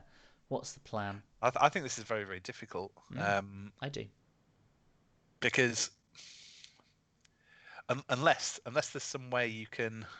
So the way I would think about it potentially is actually going rook h Yeah, c8 I thought you were going to do that. Then go back. and then go back. Yeah, You could if you take it. take it. And I was actually thinking, I don't think White wants to take this pawn. I think they just go. Um, Maybe they go rook h1, but then I'd go h4. I'm just trying to open up a Yeah, file here. And if you go rook c2, I'm trying to yeah. work out if you can go c5 here, Yeah. which feels like the only way realistically to try. It's finding the best way to like lose the move, isn't it? It sort of Yeah, feels like you want to keep your king on g3, I think, yeah, rather than allowing g3 to be played. yeah, But I'm not 100% sure about that. So if king g instead of this, if king g2, yeah. So I if don't know. Maybe this is nonsense. I don't know. maybe I mean it's so what g3? Well, I mean, if g3, then like you, unless black's going to try and defend that pawn, you can take that sort of any point, right? So let's say you were to take on h5 now. Yeah, Are you not winning the h pawn, the a pawn, and the g pawn? You sort of feels like white's winning 3 pawns now. yeah. You're right. You're Do right. you see what I mean? So, and if black Yeah, doesn't play g3, then white can just go king back to g3. yeah. I don't know. It feels like it's a try anyway. Like that's the way of doing nothing, Yeah, right? and the thing is that the engines in these positions generally don't actually Yeah, find a way to progress quite often. So this is something where we sort of have to yeah. try and come up for it for ourselves. Very, very interesting position. It is. It's probably. I mean, I don't know if this is sort of common knowledge, but I guess the way the engine is evaluating it is by looking however many moves ahead, a dozen, 2 dozen, Yeah, ply ahead, and then making an evaluation of that position. And obviously, if white just sort of sits here and does nothing, the computer ends up trying to evaluate this position, and on material it says, well, black's clearly winning. Yeah, so I think that's why it's thinking that black's so ahead, because it just sees this sort of stasis. yeah. But obviously, if black can't actually make progress, then Well, Jack's just come in with here the we go. winning plan. Yep, here we Go on go. then. So I'm going to Yep, play the moves, okay, and you're going perfect. to sit and watch and make Yep. white's. You're going to wait white's moves. I'll make black's moves. So I'm going to go king c7. King c7. All right, so we'll do what we did before, which was king to g2. Okay, king b6. Okay, and then that frees up the other rook. Yeah, that's nice. Yeah. Okay. So king g3. Yep, and now rook g8. Yep. Now rook c2. Okay, and now you try the c5 try. Okay. So So the rook. idea is you've put the rooks on the square so Yeah. that you could push either of them, whichever one Yeah. comes up. That's the Yeah. idea. So then rook. Yeah. So then rook takes c5. I guess is Okay, probably. and Does then that rook make sense? c8. Yeah, Then rook c8. Yeah. yeah. So this was Jack's idea to Yeah. play the rooks over to the G and H file because we saw the problem by playing g3. You actually lose all the pawns. Defend it Yeah. first, and Yeah. That's nice, isn't then it? use this. Yeah, it's really nice coordination. Very difficult endgame. Yeah. Cool. And here, black is still 2 pawns up, which is the important thing, but now has a c file It's gonna to win go at. that. Yeah. Yeah, but that's why we've got an international master that occasionally jumps in chat to That's help good. us mere mortals out. If you just take with the D pawn, I guess is it then just a case of black pushing his D pawn? If you go to C D5, is that's easy? Is it? I Yeah, assume you no, go D5. king c6 and, Yeah, and then that is easy. Yeah, yeah, then that's fine. d4 king Just d5. just to sort of illustrate it, I suppose. Yeah. Um, So what if we go rook c1? Let's say then you go d4, rook c4, king d5 probably yeah. something like that, and then you can put the rook in on the c file and It win the feels c4. like White's piece on the king side are sort of holding back this. It's like the dam holding back this tidal wave. As soon as you move away, that's going to sort of collapse. But Yep. yeah, yeah, that's yeah, it's really nice, isn't it? Yep. Sorry, I've just seen I can make orange squares as well. Oh wow, there we go. How Yeah. exciting is that? Yeah, Yeah, not it very. was certainly, but I mean, that so there is a way to break through, but that was probably the best. That idea of sort of sitting there, black has to find this idea, Yeah. um, Yeah. of using the king in this way, yeah, Yeah. to Yeah. break through. Yeah. Yeah, I'm pleased we've had a look at this because that was very interesting. yeah.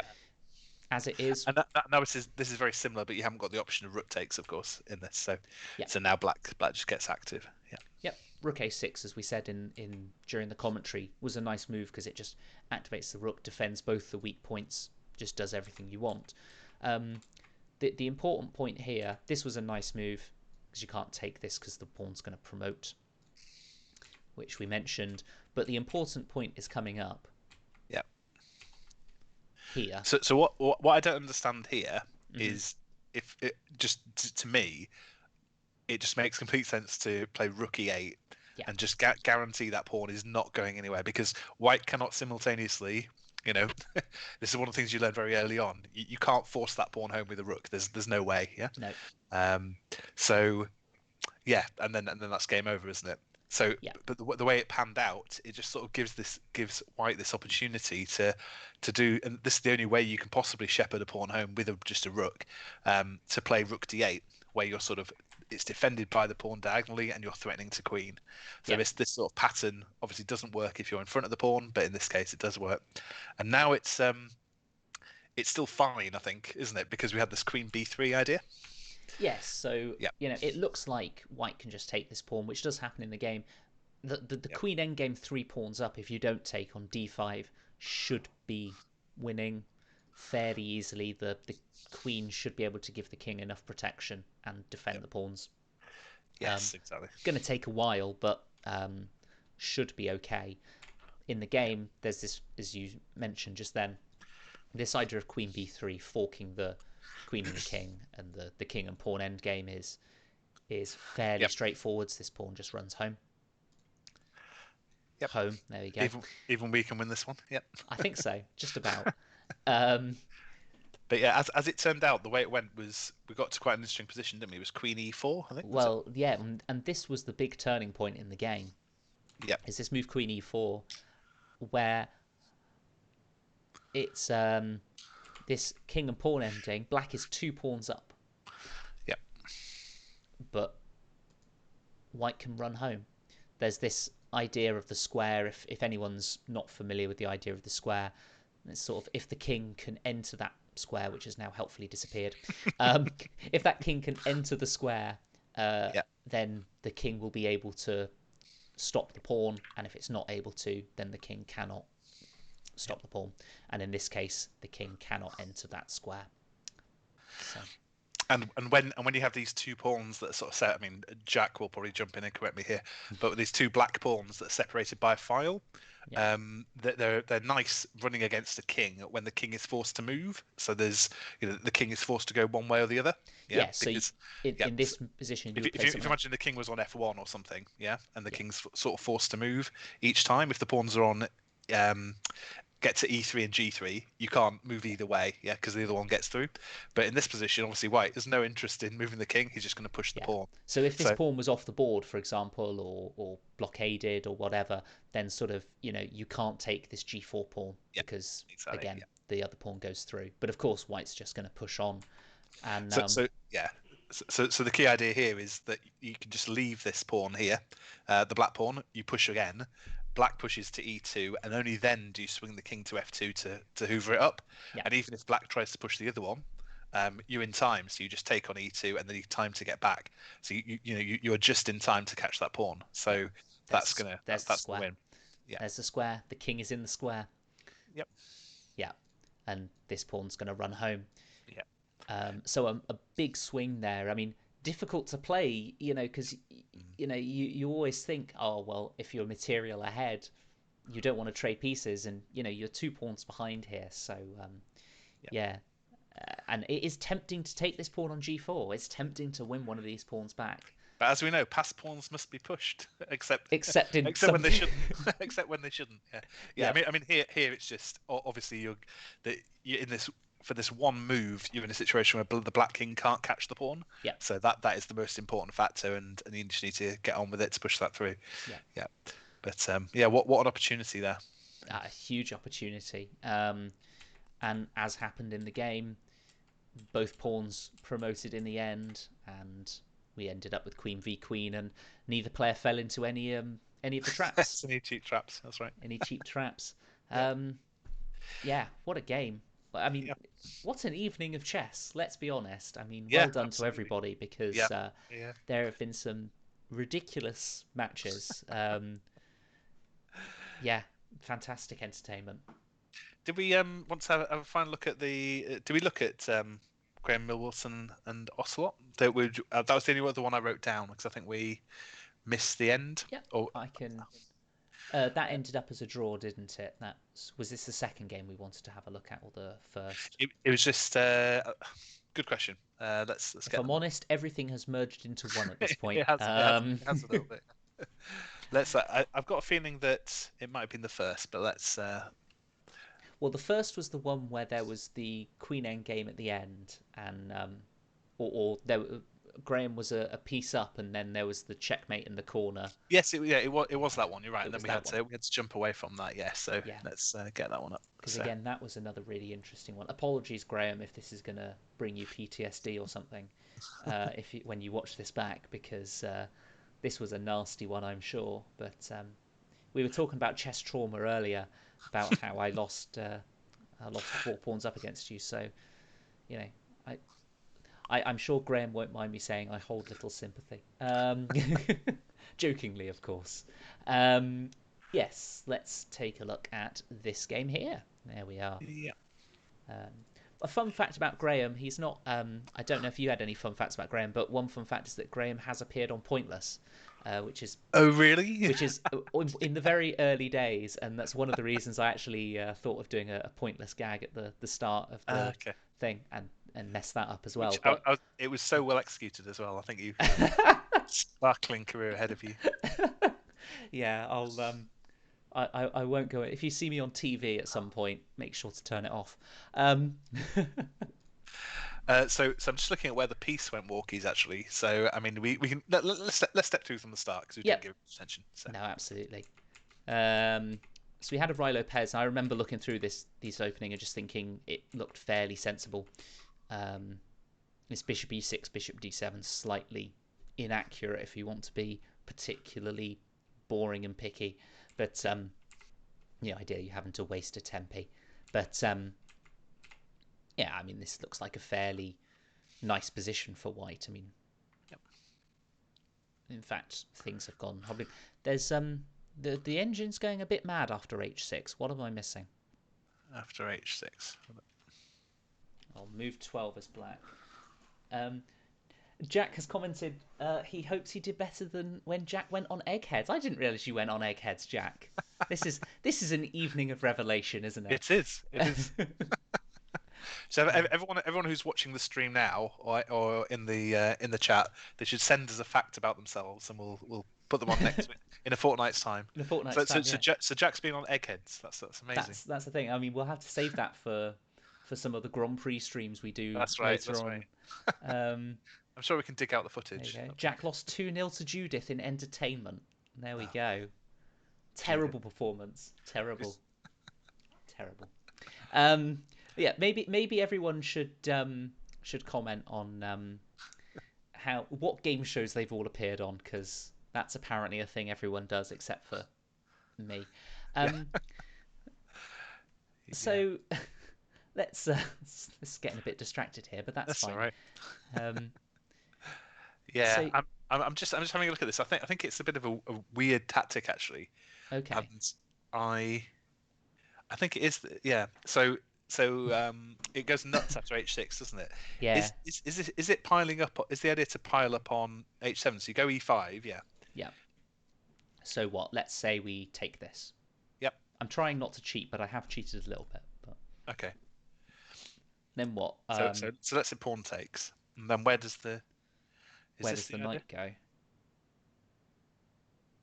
What are we missing? Maybe there's not a I don't knockout know. blow. I Maybe don't this turn is it on, just but really tricky. I'm going to cheat. for example, So I was going to say if you go knight H7 rather than E8, you've got do have queen D3, and then that's really awkward, isn't it? yeah, so knight H5. Knight Well, H5. knight H5 traps the knight. Oh, okay. Well, that's that. Yeah. Okay. And So if knight knight H7, H7, then you can go queen D3, yeah. and then you can take on H6, can't you? Because you've got to. I mean, if you go G6 here, if you go F5, it just gets taken on, pass on, right?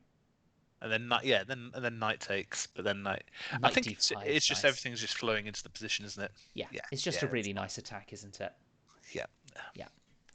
Um, Yeah, it's just this weakness on H7 basically. Like you're just removing. You're looking at lots of different ways to remove the guard. yeah, and um, after G6, then you can take on H6, and yeah, it's yeah, just that's right. more pieces coming into the attack.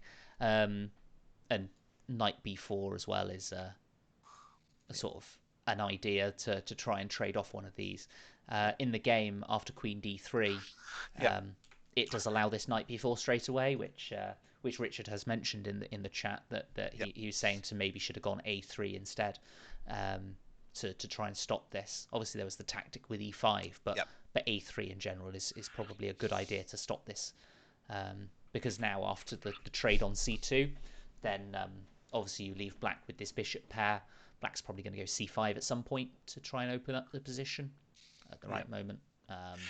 Yeah, that's. I mean, it's hard to sort of draw general lessons from some of this, but Yeah, that comment from Richard is really interesting, isn't it? Because he's looking at a way. He's formed this queen and bishop battery, and he's looking at a way to sort of make it work. Yeah, yeah, and so he's thinking, well, if I play a3, that's stopping knight b4, which is the sort of refutation, I guess, of forming this battery. yeah. Um, but in this position, there's another way to Mm, sort of stop knight b4, and that's to play e5 first, yeah, because then it's going to be mate on h7 straight away. So I mean, he's definitely thinking the right lines. Like, how can you make this work? And yeah. yeah, this is obviously a lot more active because it's forcing black's knight to move somewhere. I So mean, this is what makes chess so difficult. Is that sort of yeah, I think a lot of players will have the right sort of ideas and know sort of what they have to do in a exactly, position, but it's exactly. finding the absolutely precise way of executing it. And in speed chess in particular, it makes it so difficult to do that Yeah, well, as we all know yes, that um, yeah. playing combinations in the right order and all that chess trauma I could talk for days on, but So in the game, Black won this sort of C2 bishop, and that sort of, I mean, I won't say it immediately equalizes it, but it certainly takes the sting out of the attack, doesn't it? yeah, yeah, it's a Um, very that in Rai Lopez positions the opening that light squared bishop on c2 is an absolute monster yeah, normally, yeah, and black is sort of stabilizing here. White's getting a nice space with these pawns, but I mean, I'd still probably take white in this position, especially after sure. the bishop trade on c1, just because white's pieces seem like they're in a nicer position to put some pressure. Yep, Just the major pieces are in the game. The engine's saying it's fairly level, yep, which is fair enough. Queen c8, and I'm just yep. sorry, I was just seeing whether e6 was an idea, but not straight away, I don't think. No. Um, Bishop f5, Queen e3. I mean, feel free to jump in if you see anything, Tim, because I'm. No, I think there's a lot of play still in this game, isn't there? Because this was the game that was saying where White sort of penetrated the rook to the seventh. So I think Yes, this is sort of coming up. So this got traded, and then and the rook came to the it seventh. was Here it we was are. looking very nice. Um, Yeah, I think we jumped in around this time, didn't we? did yeah, Um, During the stream, and we were saying, I think we were looking. I think I said maybe rook e1 here and just get yeah, another piece into it. yeah, exactly. That's Yeah. obviously not one of the engine moves, but it's the move I'd think about. Um, Again, Black's got this like slightly drafty king, so yeah, there's probably some engine way to get at it. yeah, But actually, the I think the way the game panned out, this was the um, when the knight came to d5 in a moment. there it is. This was the big moment. I think that is sort of human solvable. So Black moves the queen here, yeah, queen Yeah, d8, yeah, and then I mean here, yeah, knight yeah, c7 looks like curtains, doesn't it? yeah. It's a And nice move. Just unless I'm missing something, it's and you're double attacking the rook on a8, so yeah, yeah, that's an entire rook if you take it. So yeah. So uh, so that would have been a nice knockout blow. As it was the knight dropping back to e3, yep, and white's still better, right? It should be said white's still yep, better because this king's still a little bit drafty, and black's pieces are still not quite coordinated because this queen still yes, attacks this a8 rook, so you can't play queen takes pawn yep. here. Um, so there's still things to work out, but after rook takes c5, I assume Graham can't. Can they take? Can he take on d6 here? Maybe. Can he Uh, get away with that? It's a bit uh, scary, but yes, I think. I know because you can't even go rook c8 No, check no, no, because the it's bishop. defended. Yeah, Yeah. yeah, yeah. So Yeah, I think that's probably a good opportunity to lop it off. But obviously, the way this intermediate move sort of hits the queen, but actually, this is where you have the rook c7 idea. Rook rook c6, sorry. c6. Yeah. Yeah, And rook c6 here would have. which is interesting because you can play it straight. We were looking before at queen a8 check and then queen e4 check and then playing it. But you can actually just play it straight It away. actually comes up on the board straight away. Yeah, Yeah. I Because I think this is think what we what's saw it in happening. this position, didn't Yep. we? Yeah, And we were that's right. saying, oh, you can just bring it back and then do it. But yeah. But rook c6 here obviously isn't attacking the bishop a second time. Yep. But White's still got a very nice position because of Yep. these this queen and rook here. Yep. And And then black starts going on the counter attack in a moment, I think. yeah, so bishop takes a2 is a sort of nice idea if you, but it doesn't quite work, right? Because you can take on a2, and if black takes on c6, then you can Mm-hmm. take on f7. Yep. So there's sort of long range queen moves um, that weren't seen, but again, tricky to see them in. Which of course came up in the other game where they had that ridiculous position with queen and two knights, and you had Yeah, this geometry. So both games between these players had that yeah, feature. Yeah. yeah. But queen takes b5 is a natural move as well, and Yep. threatening, well, defending the b2 pawn. But now black, as you say, starts going on the counter attack, Yep. and ends Yep. up winning the f pawn. And anything else? So white's No. going for has got a lot of perpetuals here, and black's declined the perpetual.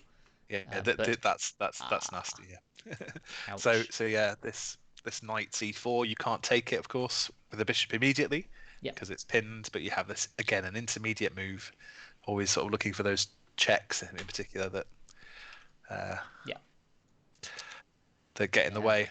So then once that comes off, that should be, you'd think, a black win. But But yeah, it's again, tricky, anything right? can happen. Tricky, Yeah, it is tricky. tricky. Yeah, yeah. Because all of black's pawns are on the same side of the board, and he's got to deal with this b pawn running down. So, I mean, just a general point here. I think Black tries to sort of arrange this, but I mean, in a way, if the king sits on h7, the only way White's going to be able to get a check is along that long diagonal. So if you yeah, can somehow combine your bishop and queen to control that diagonal and threaten mate on g2, for example, yeah, like is happening here, this is like the ideal setup, isn't it? So, yeah. I'm interested how we got from this to To what we did in the game, yeah. I yeah. mean, I'd almost be tempted in this position to be playing queen takes g2, trading the queens. Oh no, I wouldn't. Sorry, I'm losing the bishop. I thought I was. I'm tired. I'm It's all sorry. right. It's all right. It's been a long day.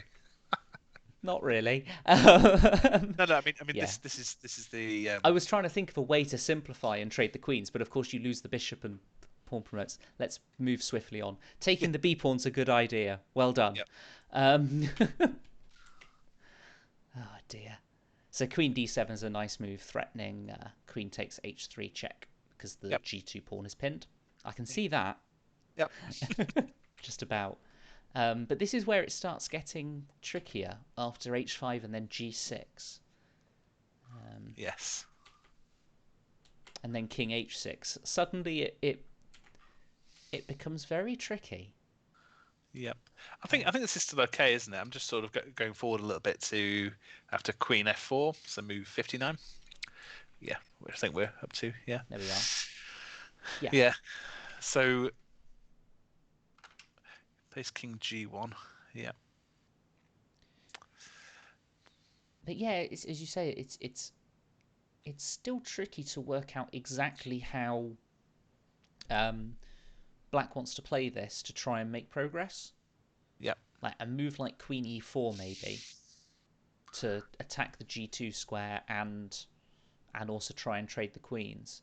Yeah. But the queen's always going to move out the way. So after Queen e4, something like Queen d2, for example, will come to keep Yeah. defending g2 and not allow the trade of queens. And it's just working out, can Yeah. you get sort of King h5 and g4 in, which Yep. feels like the way you have to go Exactly. about Yep. it. Yeah. I think the problem, you have to keep threatening this. You have to keep threatening g2, don't you? So that white can't get active. Yeah. That's the And as Jack has now pointed out, queen takes g2 check now, Yeah, simplifying yeah, that works. Yeah. would be the way to do it. Thanks for reminding me, Jack, because that's Yeah. exactly what I was You're trying thinking to of play it earlier. before? Yeah. Wrong Yeah. order, wrong order. Yeah, Yeah. because Now, here, now the B pawn's gone. Yeah, that's easy, isn't it? Yeah. yeah. So just going for the simple option, which is I think is what he ends up doing, right? So, Well, in a but not different not way. under the same circumstances. Yeah. Mm. So after queen d6, queen b2, after king h1, like there's this check on h8, which is the idea clearly that there's this checkmate on h8 that needs to be watched out for.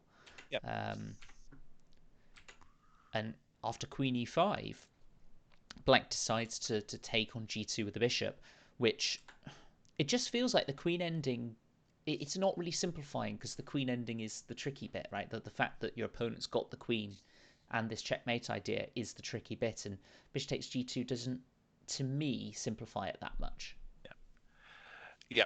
It is the structure. I mean, now that we can't do this trick of taking on g2, can we play queen g8 because that covers h8 and covers the bishop, Yeah, then go bishop e6 and then try and play g4. yeah, That is another way to, because then white has no checks at all, and unless he's going to try and play yeah, try and pin the g pawn, yeah. and then it feels like you should be able to sidestep, and you're just playing for this g4 move. I think that Yeah, might I was be. going to say queen a8 and bishop takes g2, which Jack has just stolen my Yeah, thunder for, but I wanted to say before he did, but he yeah. got there Oh, before me. you can still do that. Yeah, of Yeah, course. you can do that as well. So, yeah, but after bishop takes g2, king takes g2, suddenly, like, I mean, black is probably still okay because you can go something like queen g7 here, maybe, Yeah, but it's so so tricky and try and defend along the long diagonal. just become much harder, hasn't it? Yeah, Just for no reason. Yeah, yeah, just really yep, tough. And yeah, what happened in the game is, I mean, it's a fantastic turnaround, but the threat's always there, and White's seen this threat and is playing to it, right? And yep, that's exactly what you've got to do in these positions when you're behind. You've got to find these tricks and make yep. it difficult for your opponent, and that's That's right. exactly what Richard does here. Yep. And yeah, Black Yeah. in the end playing King H5, which Yeah. after pressing for so long and just probably thinking, oh, it's okay, my queen's on f7, I can play I queen know. h7, Yeah. because he's already done that once in the game to defend against the checkmate, just forgetting, just having a small mental, you know, block, and that can very quickly turn the game. It's a cruel game, chess. Yeah. It's very easily done, something like that, I think. Yeah, Yeah. like that. There we And go. that's how the game ended.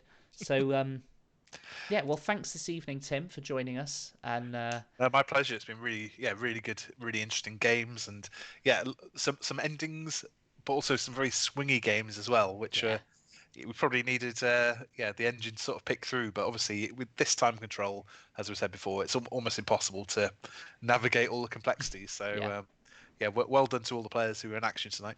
yeah, completely. And well, we'll see in 2 weeks who qualifies for the finals. In 4 weeks' time, the mini Swiss comes to a conclusion in 2 weeks' time. Tim, I hope you can join me then. I hope I can make it up to that point. Maybe my chess will improve at that point. Not sure. Maybe it's long gone. But thanks everyone for watching. If it's been live on the stream as we've been broadcasting or on the video afterwards, thanks very much. And thanks again to the players for making another really entertaining evening of chess. Brilliant. Right. We'll see you all in 2 weeks' time. Cheers.